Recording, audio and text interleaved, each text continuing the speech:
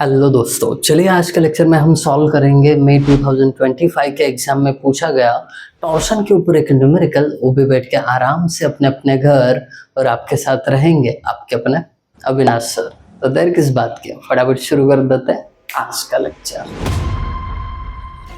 दिसंबर 2025 के एग्जाम में जैसे टॉर्शन के ऊपर न्यूमेरिकल पूछा था, एग्जैक्टली सेम न्यूमेरिकल आपको मई 2025 के एग्जाम में भी दिखेगा। केवल चेंज क्या है, वैल्यूज को चेंज किया है और कुछ डेटा देते समय थोड़ी सी ट्रिकी डेटा दिया है। तो ये सारी चीजें पूरी बेसिक से, मैं कह रहा हूँ पूरी बेसिक से, और आपको समझे इस तरह से सिंपल वे में हम इस चीज को समझने वाले हैं। इसकी गारंटी मैं आपको दे रहा हूँ। बस एक चीज की गारंटी आपकी तरफ से होनी चाहिए कि सर अभी तक हम चैनल को सब्सक्राइब नहीं कर पाए हैं, तो ये अच्छा मौका है, इसको हम पकड़ ले रहे हैं और चैनल को सब्सक्राइब कर रहे हैं, दोस्तों के साथ शेयर कर रहे हैं। दोनों चीजें भरोसे के साथ करोगे तो मैं न्यूमेरिकल शुरू कर देता हूँ। वैसे भी शुरू करने ही वाला हूँ। देखिए आपको न्यूमेरिकल में दिया क्या है ये समझना बहुत जरूरी होता है। देखिए एक्सटर्नल डायमीटर 200 mm है, इंटरनल डायमीटर 160 mm है। आपके आंखों के सामने वो हॉलो सर्कुलर शाफ्ट आना चाहिए। अब आंखों के सामने आना चाहिए ऐसा बोल रहा हूँ तो ड्रॉ भी करके दिखाता हूँ।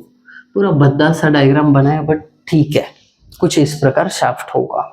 ठीक है, वो शाफ्ट के ऊपर स्ट्रेस देखिए, ध्यान देना 130 MPa तक ही सीमित रहना चाहिए, उसके ऊपर नहीं जाना चाहिए। समझ रहे हैं, ये कंडीशन है। और साथ में दूसरी कंडीशन 4 डिग्री का ही ट्विस्ट एंगल होना चाहिए, इसके ऊपर एंगल ट्विस्टिंग नहीं होना चाहिए। शाफ्ट का लेंथ जो है उस शाफ्ट की 3.8 मीटर है। मैंने mm में कन्वर्ट किया, रीजन ये है कि बाकी सारी चीजें mm में ले रहे हम। हाँ, यहाँ पे थोड़ा सा सतर्क रहना। जो नंबर ऑफ रिवोल्यूशंस है वो 4 RPS दिया है, 4 रिवोल्यूशंस पर सेकेंड। मतलब क्या, एक सेकेंड में अगर 4 रिवोल्यूशन हो रहे हैं तो आपको ना RPM में चाहिए रहता है वो। तो एक सेकेंड में 4 रिवोल्यूशन है तो एक मिनट में कितना होगा RPM। एक मिनट में होता है 60 सेकेंड, तो 60 से मल्टीप्लाई किया तो ये कन्वर्ट हुआ RPM। That's it. आगे बढ़ते हैं। Tmax एक कंडीशन दी है कि जो मैक्सिमम टॉर्क आप निकालोगे वो 25% ज्यादा होगा एवरेज टॉर्क से। ओके, यहाँ पे दिया है शेयर मॉडुलस या मॉडुलस ऑफ रिजिडिटी, वो है 85 GPa। अब कितने होशियार और धुरंधर स्टूडेंट होते, देखिए एक स्टूडेंट ने क्या किया था, ये जी शेयर मॉडुलस का G is equal to 85 into GPa। क्या किया था बंदे ने, ये जी को ये जी कट कर दिया। बोला सर यहाँ पे जी को जी कट हो गया तो ये पास्कल इधर आ जाएगा ना, तो कैसे यूज करने का इसको। मैंने बोला भाई साहब दिमाग तो बहुत तेज लगा दिया है बट कौन समझाएगा। ठीक है, आगे आते हैं टू फाइंड के ऊपर। पावर फाइंड आउट करनी है, पावर फाइंड आउट करनी है तो उसके ये 2 कंडीशन जरूर याद रखना। ओके, अब कुछ बचा है गिवन में। हाँ, एक चीज, इसका कैलकुलेशन हमने रेडियन में डिग्री को कन्वर्ट करना था, वो अभी तक नहीं किया है तो वो कर लेते हैं। 4 into pi divided by 180, 0.07, 0.07, 2 he digit में लिख रहा हूँ इस बार। ओके, 0.07। अब सॉल्यूशन फाइंड आउट करेंगे। आपको पता है P का फॉर्मूला आप जानते हो, P इज इक्वल टू होता है 2 पाई NT अपॉन 60। यहाँ पे 2 पाई कॉन्स्टेंट है, 60 कॉन्स्टेंट है, N दिया हुआ है। किसी तरीके से हम T फाइंड आउट करें तो आपको ना P मिल जाएगा। अभी P फाइंड आउट करने के लिए एक इक्वेशन है, ताज गोल है। ये कौन बोला रे, ताऊ रे। इक्वेशन याद रखने का ट्रिक, ताज गोल है, ऐसा कौन बोला, ताऊ रे, ताऊ जी बोले थे, ताऊ रे आर। अब देखिए यहाँ पे आपको टॉर्क निकालने के लिए पहले ये टर्म और दूसरी बार ये टर्म यूज करना है। बताता हूँ, ये 2 बार आपको टॉर्क निकाल के क्या हासिल करना है। पहले ये 2 टर्म को यूज करते हैं, ये और ये, तो इससे क्या होगा, T is equal to J उधर चला जाएगा, तो कुछ इस प्रकार इक्वेशन बनेगा, है ना। अब देखिए, एक मिनट, J तो उधर मल्टीप्लाई होना चाहिए था, हो गया। अब देखिए G का वैल्यू 85। अब ये गीगा पास्कल का कन्वर्जन के लिए 10⁻³ न्यूटन पर mm स्क्वायर किया है, पिछले सब में भी देखा था, तो इसमें कंफ्यूज मत हो जाना कि सर एक्स्ट्रा का 10⁻³ किधर से आया, इनटू थीटा 0.07 अपॉन ये L 3800 इनटू J मतलब पोलर मोमेंट ऑफ इनर्शिया। कैसे निकालते हैं, हॉलो सर्कुलर शाफ्ट है तो π/32 इंटू बड़ा d⁻⁴ 200⁻⁴ माइनस छोटा d⁻⁴ 160⁻⁴, दैट्स इट। तो यहाँ पे आपको T मिल जाएगा। देखते हैं कितना आता है।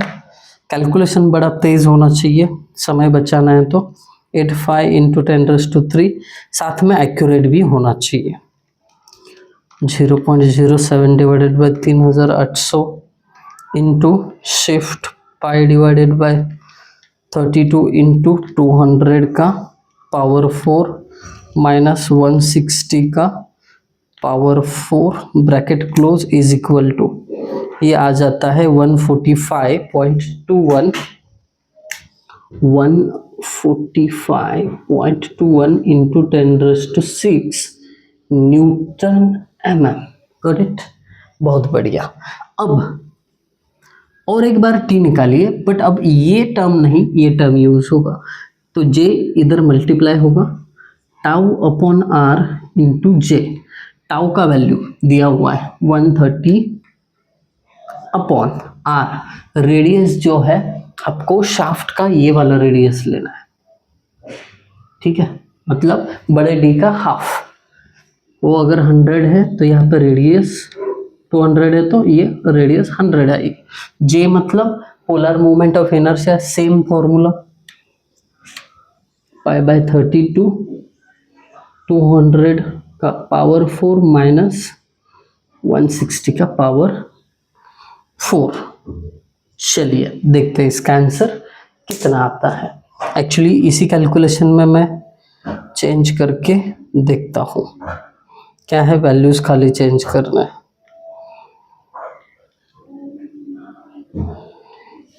ये 130 है डिवाइडेड बाय में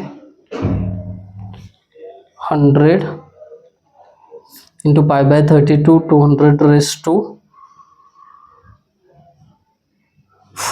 minus 160⁻⁴ is equal to 120.56 into 10⁻⁶।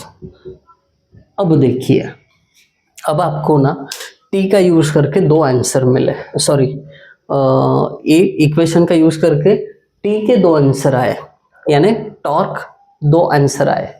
अब देखिए आपको इसमें से कौन सा सिलेक्ट करना है। सबसे पहली बात, आपने ये वाली कंडीशन यूज की कि आपको अगर एंगल ऑफ ट्विस्ट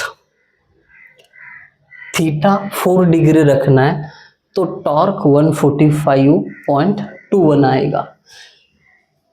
अब इससे ज़्यादा तो नहीं बढ़ा सकते हम, ताकि एंगल ऑफ ट्विस्ट भी बढ़ेगा इसके साथ, क्योंकि टॉर्क के डायरेक्ट प्रोपोर्शन में थीटा है।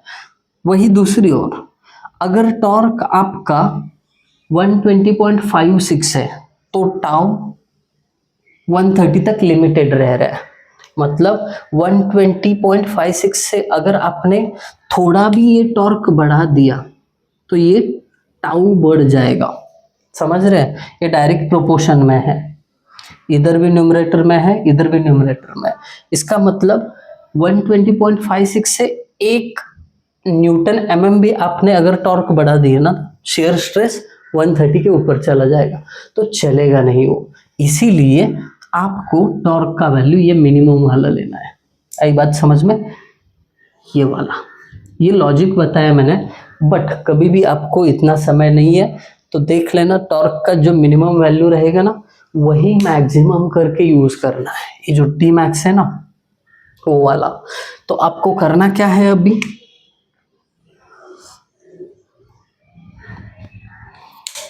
कि आप मैक्सिमम कितना टॉर्क रख सकते हो, 120। क्यों, अगर आपने 120.56 का टॉर्क रखा तो ये दोनों कंडीशन सेटिस्फाई हो जाएगी।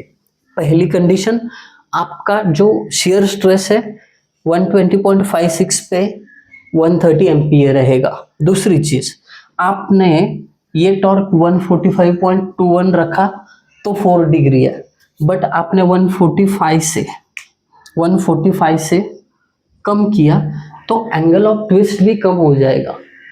तो एंगल ऑफ ट्विस्ट जो है ये कम हो जाएगा तो चलेगा, 4 डिग्री है, 3 डिग्री हो गया तो चलेगा, बट उससे बढ़ना नहीं चाहिए 4 डिग्री से। इसीलिए ये कंडीशन आपका टी मैक्स हो जाएगा। टी मैक्स मतलब maximum of torque 120.56 into 10⁻⁶ newton mm रख सकते हो। देखिए, समझाने की पूरी कोशिश कर चुका हूं मैं, अगर फिर भी नहीं समझा ना तो दिमाग इतना ही लड़ा देना कि 2 टॉर्क वैल्यू में से जो कम रहेगा उसी को मैक्सिमम कंसिडर करके चलना है। ये अपना लास्ट ऑप्शन हो गया, ठीक है, वेरी गुड। टी मैक्स मिल गया।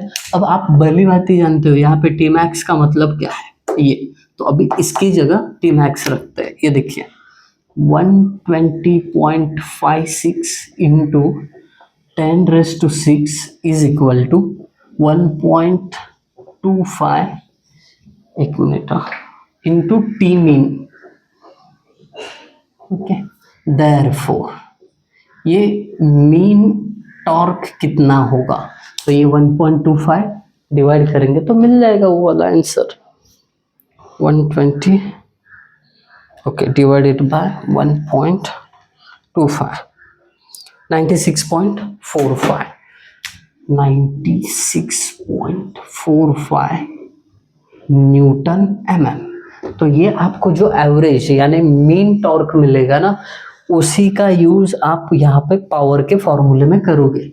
Therefore P is equal to 2 pi n की जगह 240 और T की जगह ये वाला 96.45। एक मिनट, कुछ मिसिंग तो नहीं है इसमें, 10⁻⁶ एक्चुअली इधर पावर है, वही लगा, घाई में थोड़ा सा गड़बड़ हो जाता है।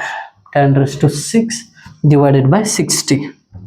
तो जो भी आपको मिलेगी वो पावर ऐसी मिलेगी जिसके चलते ना आपके उस शाफ्ट में शियर स्ट्रेस 130 से ऊपर जाएगा, ना ट्विस्ट एंगल 4 डिग्री से ऊपर जाएगा। आई होप आप सभी को ये न्यूमेरिकल समझ में आया होगा। अगर आपको न्यूमेरिकल समझ में आ रहा है तो ज़रूर कमेंट करके बताना, आपके कमेंट हमारा मोटिवेशन है। Thank you guys for watching video, thank you so much।